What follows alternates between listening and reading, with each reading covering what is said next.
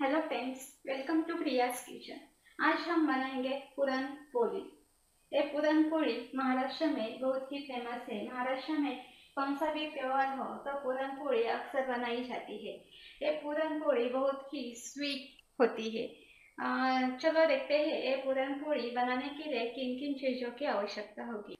सबसे पहले पूरन बनाने के लिए हमको ये चीज़ों की ज़रूरत है और पोली के लिए आटा गूंदने के लिए ये चीज़ की आवश्यकता है। ये पूरन बनाने के लिए मैंने 1 कप चना दाल ली है। इसको साफ करके ली है। 1 कप चना दाल, 1 कप चना दाल के लिए 1 कप के लिए जस्ट थोड़ा सा कम गुड़ लिया है।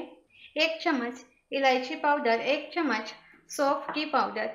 इसमें चाहिए तो आप सौंठ भी डाल सकते हो।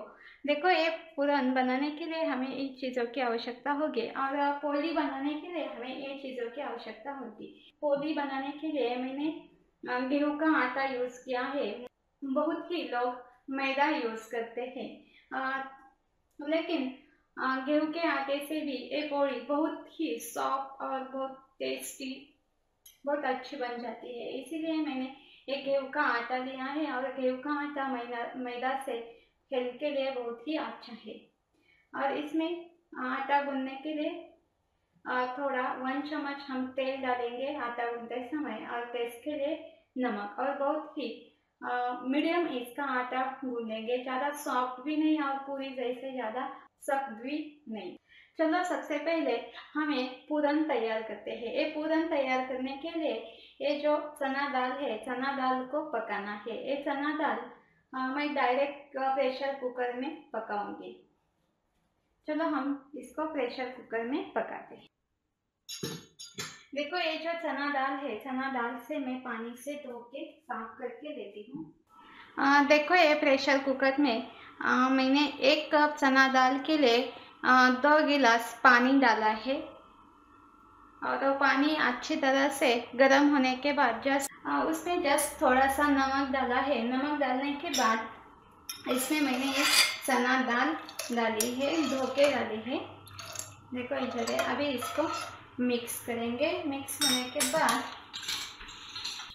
प्रेशर कुकर का ढक्कन लगा के मीडियम गैस पे इसकी 4 सीटी निकलना है।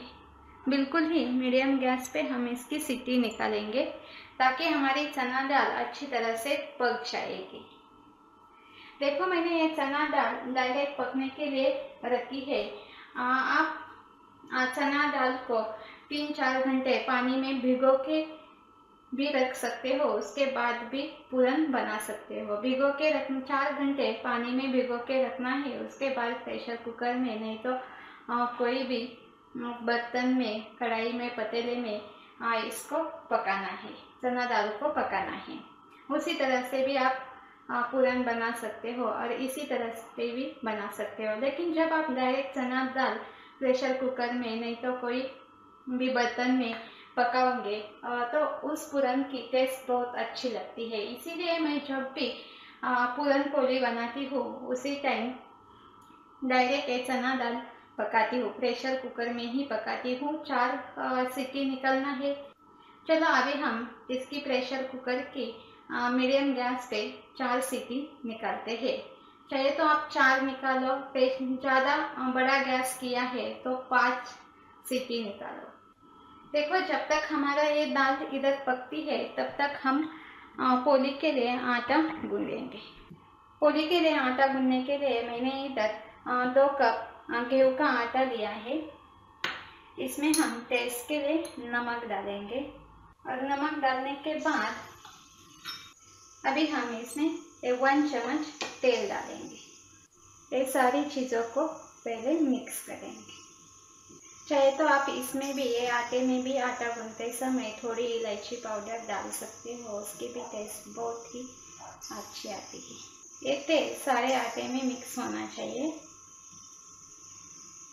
देखो, इसी तरह से मसल के इसको मिक्स करते हैं। मिक्स होने के बाद हम इसमें थोड़ा थोड़ा पानी डाल के मीडियम आटा गूंदना है। ज़्यादा रोटी, जैसे रोटी के लिए हम आटा गूंदते हैं उस तरह से भी ज़्यादा सॉफ्ट भी नहीं बनाना है और पूरी के लिए बनाते हैं उस तरह से ज़्यादा सख्त भी नहीं बनाना है। और थोड़ा पानी डालेंगे। देखो बिल्कुल थोड़ा थोड़ा पानी डाल के इसको भूनना है, तब हमारा आटा अच्छी तरह से बन जाएगा। आटा सख्त हुआ तो भी चलेगा, क्योंकि बाद में हम थोड़ा थोड़ा पानी डाल के उसको मीडियम डो बनाएंगे। और ज़्यादा पानी डाला तो मुश्किल है, फिर से आपको इसमें गेहूं का आटा डालना पड़ेगा। देखो ये थोड़ा सख्त लग रहा है और थोड़ा जस्ट 1 चम्मच पानी डालेंगे और इसको हम मसल के चिपकाते हैं। देखो ये आटा गूंद के तैयार है।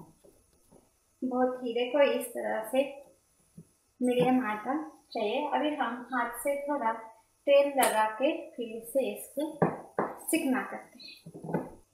हमारा ये पूरन पोली के लिए आटा बनके तैयार है।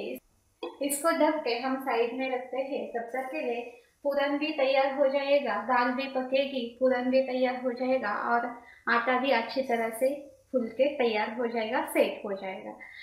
देखो ये प्रेशर कुकर की 4 सीटी हो गई है और ये दाल भी अच्छी तरह से पक गई है। प्रेशर कुकर की पूरी बात भी खत्म हो गई है।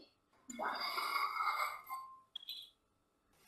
देखो इसी तरह से ये दाल पक गई है। अभी हम इसको स्ट्रेनर की सहायता से इसमें से पूरा पानी हटाएंगे, स्ट्रेन करेंगे।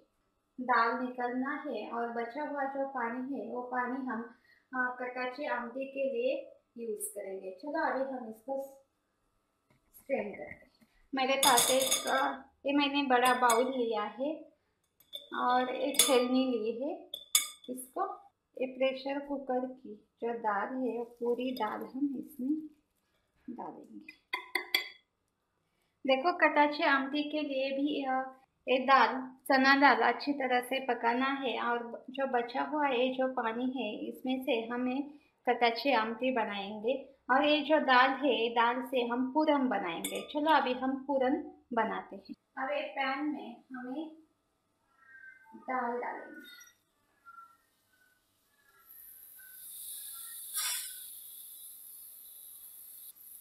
और गैस की आंच धीमी करेंगे, नहीं तो हमारी दाल नीचे से जल जाएगी।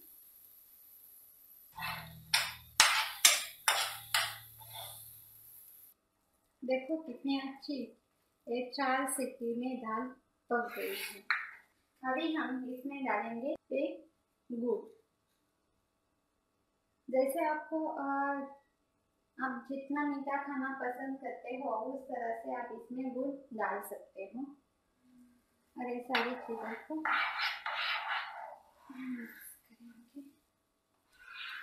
देखो गुड़ डालने के बाद ये बहुत ही पतला दिख रहा है, लेकिन कोई बात नहीं है, हम इसको भूनते जाएंगे बिल्कुल इसी तरह से। तब हमारा एक पूरन पोली के लिए पूरन बहुत अच्छी तरह से तैयार हो जाएगा। इसको अच्छी तरह से गाढ़ा होने तक भूनना है और चलाते रहना है। हमारा पूरन नीचे भी नहीं लगना चाहिए। वाह, देखो ये पूरन अच्छी तरह से गाढ़ा हो गया है। जस्ट हमने इसको 3 मिनट भुना है।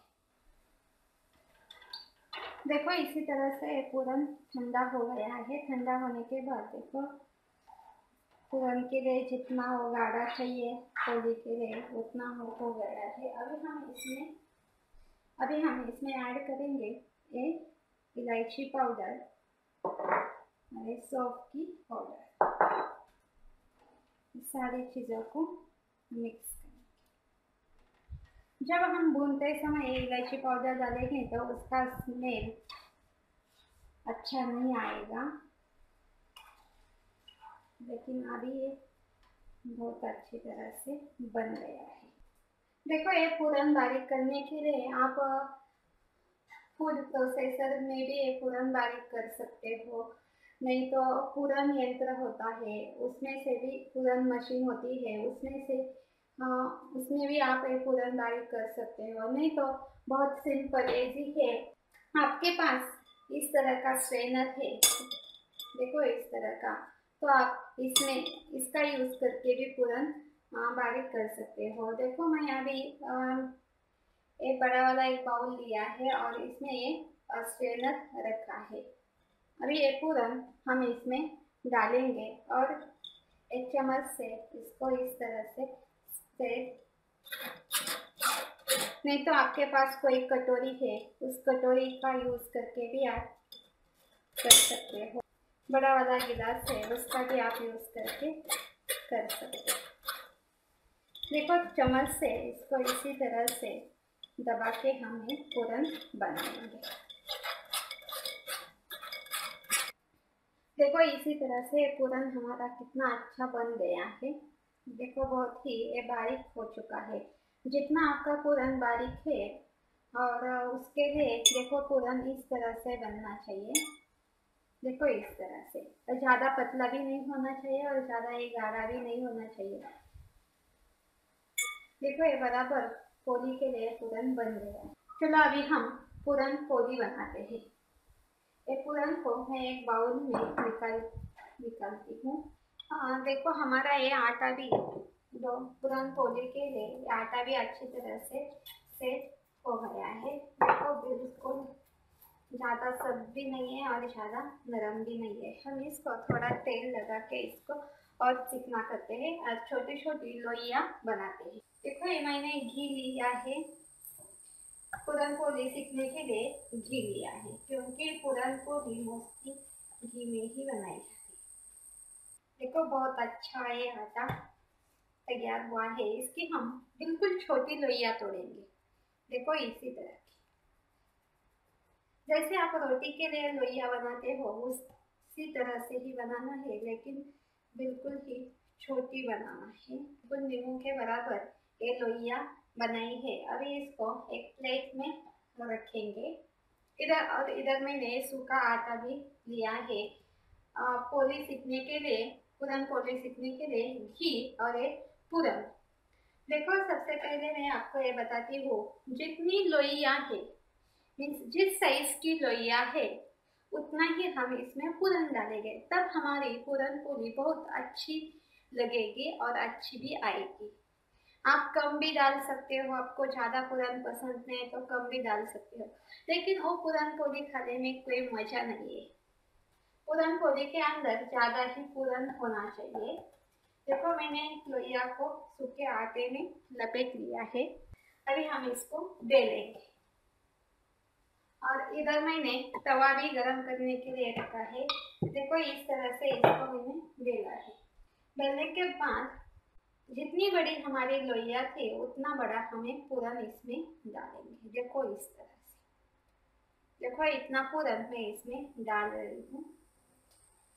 चाहे तो ज़्यादा भी डाल सकते हैं, मैं और ज़्यादा डालती हूँ। और इसको इसी तरह से बंद करना और इसी तरह से इसको गोल करते जाएंगे ताकि हमारी पूरन पोली फूटनी नहीं चाहिए। देखो बिल्कुल इसी तरह से, और नीचे थोड़ा सूखा आटा लगाते हैं।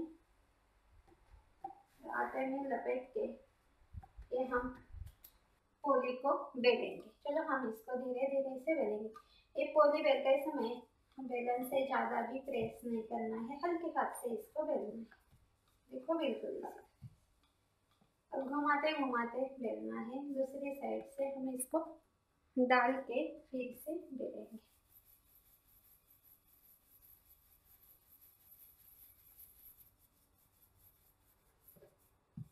ये सारे किनारे एक जैसे बेलना चाहिए।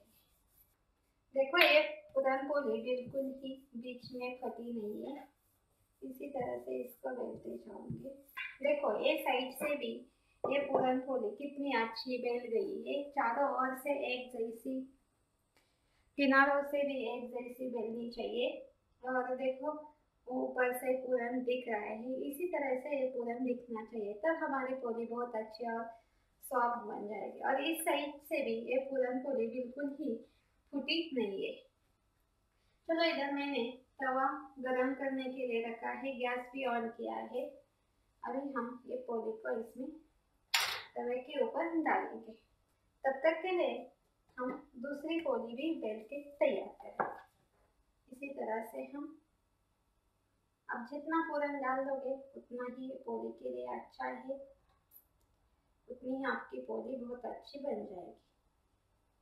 देखो एक किनारे एक जैसे करते, देखो हमारे एक पोली एक तरफ से अच्छी तरह से सीख गई है। अभी हम इसके ऊपर घी लगाएंगे। अभी इसको दूसरी साइड से और दूसरी साइड से भी हम इसको घी लगाएंगे।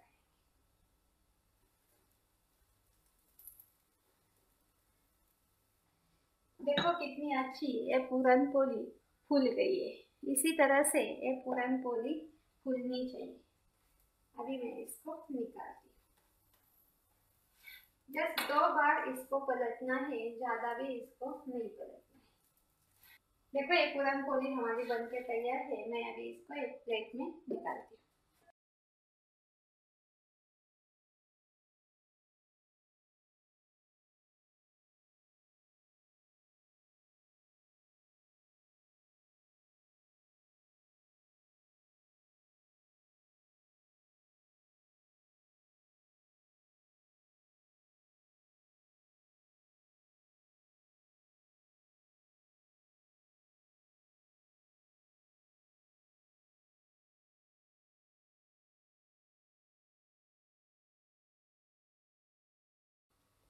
देखो बिल्कुल इसी तरह से पूरन पोली अच्छी तरह से फूलनी चाहिए। अब सिर्फ इसको 2 बार ही पलटना है। अभी ये पोली पोली अच्छी तरह से अभी इसको निकालते। देखो कितनी अच्छी ये पोली बन गई। इसी तरह से हम सारी पूरन पोली बनाएंगे।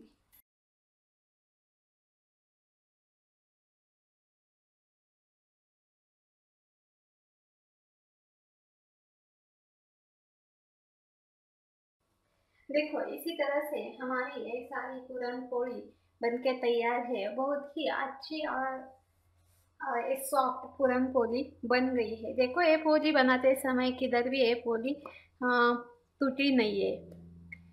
ये पोली मैंने देखो ये पोली बनाने के लिए मैंने गेहूं का आटा यूज किया है, क्योंकि गेहूं का आटा हेल्थ के लिए अच्छा ही है, इसीलिए मैंने गेहूं का आटा लिया है। आप चाहे तो मैदा भी ले सकते हो। चलो आप भी जरूर इसी तरह से पूरन पोली बनाइए। ये पूरन पोली आप दूध के साथ कटाची आमटी के साथ भी खा सकते हो, नहीं तो इसके ऊपर सिर्फ बटर लगा के भी आप खा सकते हो। ये पूरन पोली सीखने के लिए मैंने सिर्फ घी का ही यूज किया है, आप तेल भी यूज कर सकते हो। जरूर इसी तरह से पूरन पोली बनाइए, खाइए। आपके अनुभव शेयर कीजिए। मेरे चैनल के लिए जरूर लाइक कीजिए, सब्सक्राइब कीजिए। फिर हम मिलते हैं नई रेसिपी के साथ। तब तक के लिए goodbye, have a nice day.